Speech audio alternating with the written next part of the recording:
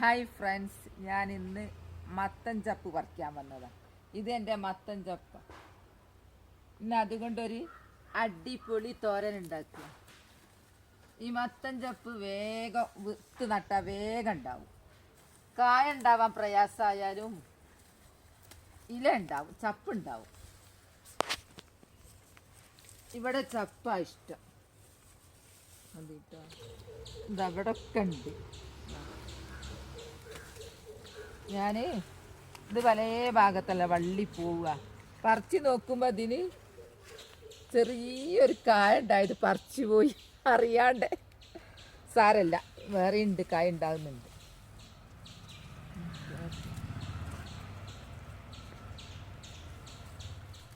കിട്ടി മത്തൻ ചപ്പ്. ഇനി ഇതുകൊണ്ട് ഒരു തോരൻ ഉണ്ടാക്കാം കേട്ടോ. കാണിക്ക വരി എല്ലാവരും ഒന്നിച്ച. ഇതെൻ്റെ കിണറാണ്. കിണറിൻ്റെ അടുത്ത് വൃത്തിയാക്കുമ്പോൾ ഞാനൊന്നങ്ങ് നട്ടു കൊടുത്തതായിരുന്നു. ഇതിനത്ര സൂര്യപ്രകാശമൊന്നും വേണ്ട, അല്ലാണ്ട് തന്നെ ഉണ്ടായിക്കോളും. എല്ലാവരും ഓരോ കാന്താരി തൈയൊക്കെ നട്ടു വളർത്താൻ നോക്കുക.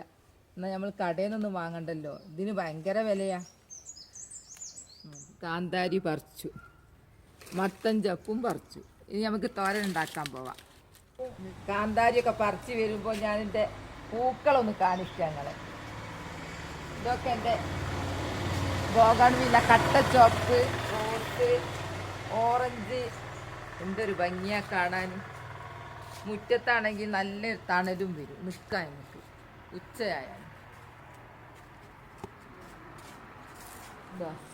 ചപ്പ് നന്നായിട്ട് കഴുകി വൃത്തിയാക്കിയിട്ട് ഇങ്ങനെ ചെറുതായി അരിയാം. ഇത് ഞങ്ങളിവിടെ സാധാരണ ഞങ്ങൾ മത്തൻ ചപ്പ് വെന്തതിന് ശേഷം അരച്ചിട്ടാണ് വറവിടുന്നത്.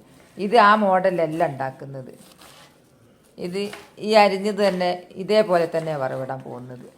ഇതാ ചെറുതായി അരിഞ്ഞു. തേങ്ങ ഇടണം ഇതിൽ. തേങ്ങ, കാന്താരി, ഉള്ളി എല്ലാം ഒന്ന് ചതക്കണം. തേങ്ങ ചേരണ്ടട്ടെ. ഇനി തേങ്ങ, കാന്താരി, ഉള്ളി ഒന്ന് ചതക്കട്ടെ. അതും കൂടെ വേണം തോരൻ ഉണ്ടാക്കാൻ. ഇതാ മിക്സിയിലൊന്ന് കറക്കി തോരൻ ഉണ്ടാക്കാൻ പോവുക. ചട്ടി അടുപ്പത്ത് വെച്ചു, എണ്ണ ഒഴിച്ചു. ഇനി വെളുത്തുള്ളി വാട്ടണം. ഇത് അരിഞ്ഞപ്പോൾ എത്ര ഉണ്ടായിരുന്നു, ചട്ടിയിൽ ഇടുമ്പോൾ ഉണ്ടായിരുന്നു. ഇപ്പം കണ്ടില്ലേ, കുറഞ്ഞു പോയി. തേങ്ങ ഇടുക. തേങ്ങയും കൂടി ഇട്ട് എല്ലാം കൂടി ഒന്ന് ഇളക്കി ചേർത്ത് അടച്ച് വെച്ച് കുറച്ച് വേവട്ടെ. മത്തൻ ചപ്പ് തോരൻ റെഡിയായി. ഇനി അടുത്ത വീഡിയോ ആയിട്ട് വരാം.